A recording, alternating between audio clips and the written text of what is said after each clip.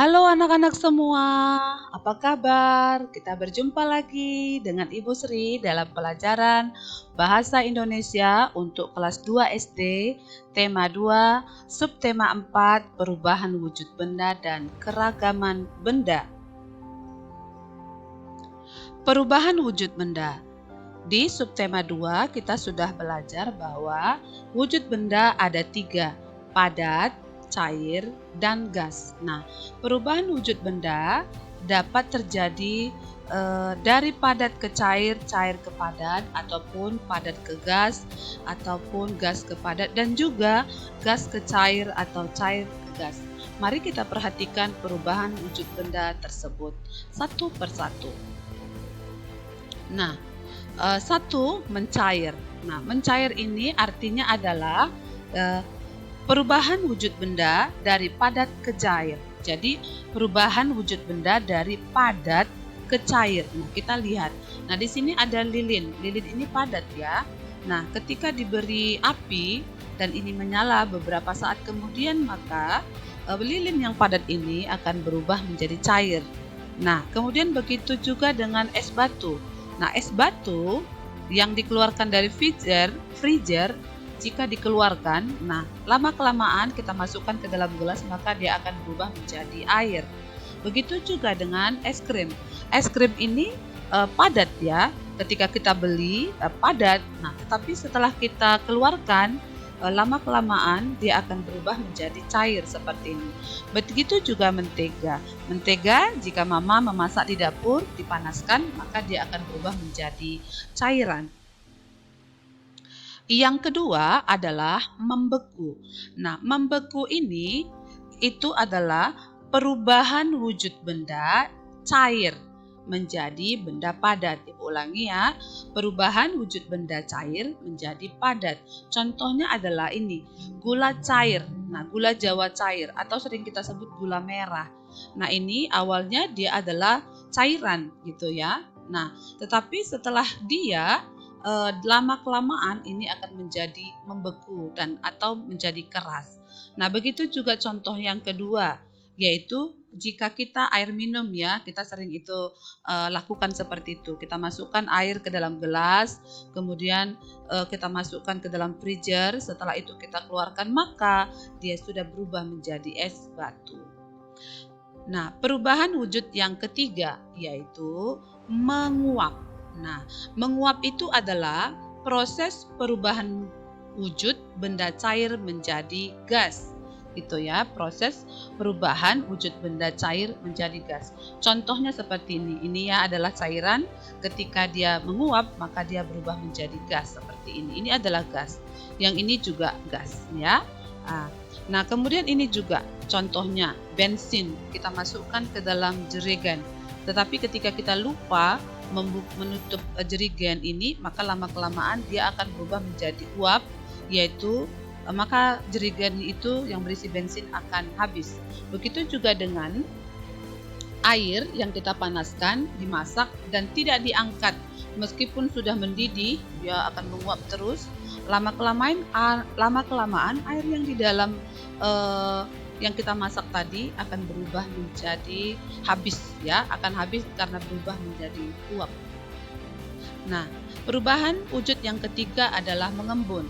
Mengembun adalah proses perubahan wujud zat dari gas menjadi cair. Nah, contohnya dapat kita lihat di sini adalah titik-titik air pada daun tumbuhan di pagi hari. Nah, ini akan kita temukan di pagi hari. Begitu juga dengan mengembun, juga contoh lainnya adalah setiap kita memasukkan es batu ke dalam gelas, maka lama-kelamaan kamu dapat menyentuh seperti titik-titik embun di gelas pinggir-pinggirnya itu ya, di luar dinding gelas yang kita gunakan yang ada di dalamnya es batu. Yang kelima, menyublim. Nah, menyublim ini adalah peristiwa perubahan wujud dari padat menjadi gas. Berarti menyublim itu wujudnya berubah dari padat menjadi gas. Contohnya adalah ini. Ini adalah kapur barus atau camphor. Nah, kapur barus atau camphor ini diletakkan di dalam lemari baju. Nanti lama-kelamaan akan habis. Dia mengecil sampai habis karena menguap menjadi gas. Ya, gas tidak terlihat ya nak ya. Yang keenam, mengkristal. Nah, mengkristal itu adalah proses perubahan wujud dari gas menjadi padat. Perubahan wujud dari gas menjadi padat. Contohnya adalah ini, salju. Nah, di Eropa sering terjadi salju ya, setiap tahun pasti ada salju. Nah, terbentuknya salju ini adalah kumpulan dari titik-titik air yang ada di sekitar ini, di udara kita, yang berupa uap air, dia berubah menjadi salju. Nah, itu disebut dengan mengkristal. Nah, kita masuk pelajaran selanjutnya yaitu tentang keberagaman benda. Nah, di subtema 3, anak-anak sudah belajar tentang informasi keberagaman benda dapat kita temukan dalam teks atau gambar. Nah, salah satu cara untuk menggali informasi dari teks atau gambar yaitu dapat dilakukan dengan membuat beberapa pertanyaan-pertanyaan dengan menggunakan kalimat tanya. Ini adalah kalimat tanya. Nah, kalimat tanya ada beberapa ya, ada kata apa, di mana, kapan, siapa, mengapa, bagaimana. Apa itu untuk menanyakan sesuatu. Kemudian di mana itu untuk menanyakan tempat, kapan itu waktu, siapa itu menanyakan orang, kemudian mengapa itu menanyakan sebab gitu. Kalau bagaimana, ini menanyakan bagaimana pendapat kita akan sesuatu ya. Pendapat perasaan gitu ya. Nah, ini sudah kita pelajari di subtema 3. Nah, sekarang di subtema 4 kita akan belajar tentang menggali informasi tentang keberagaman benda melalui pengamatan. Apa yang kita amati nanti akan kita tuangkan dalam bentuk laporan pengamatan. Nah, ini Ibu contohkan. Contoh yang pertama ya, Nak. Kita mengamati sebuah rumah. Berarti kalau kita berada di depan, berarti kita mengamati hanya di depan rumah saja ya. Jadi laporan pengamatannya kita tulis seperti ini. Nama dan ciri benda di depan rumah, itu judulnya ya nak. Gitu. Jadi nama kegiatannya berarti mengamati nama dan ciri benda di depan rumah. Kemudian kita tulis objek kegiatan, ya berarti rumah ya kan. Kemudian tempatnya di mana? Ya pasti kita berada di depan rumah. Waktu kegiatan. Nah, kapan kamu mau melakukan pengamatan? Nah, Ibu contohkan di sini Senin 12 September 2020. Nah, hasil pengamatan. Nah, jadi namanya pengamatan berarti kita mengamati. Nah, di sini Ibu contohkan yang Ibu amati hanya 2 saja ya. Padahal sebenarnya masih banyak di sini yang bisa kita amati. Nah, Ibu contohkan dengan jendela. Berarti ini jendela. Ini jendela. Nah, kita bayangkan dan kita perhatikan. Nah, jendela itu ciri-cirinya berbentuk persegi, panjang, kemudian berwujud padat dan berwarna coklat dan jernih.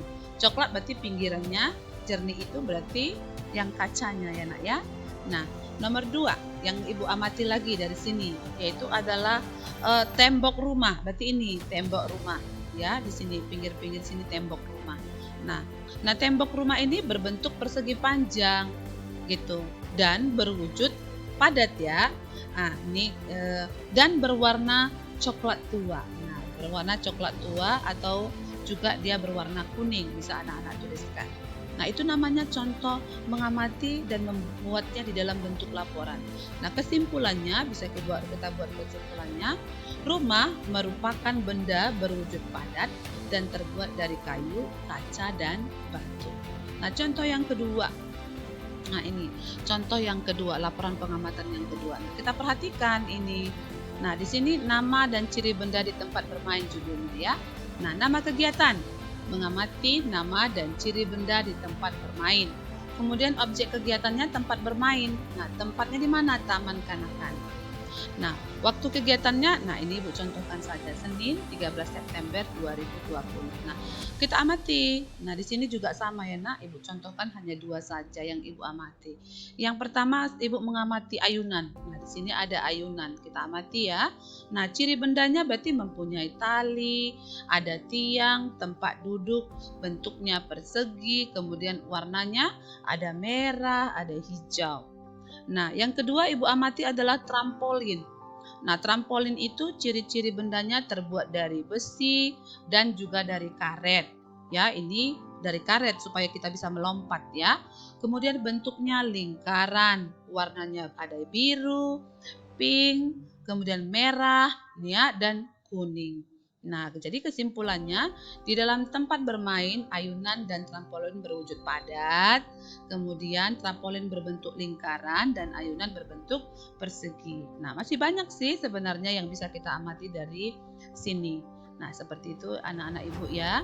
Nah, terima kasih anak-anak sudah memperhatikan dan mendengarkan. Nah, sampai jumpa di video pembelajaran berikutnya. Jangan lupa diklik subscribe-nya dan loncengnya ya. Terima kasih.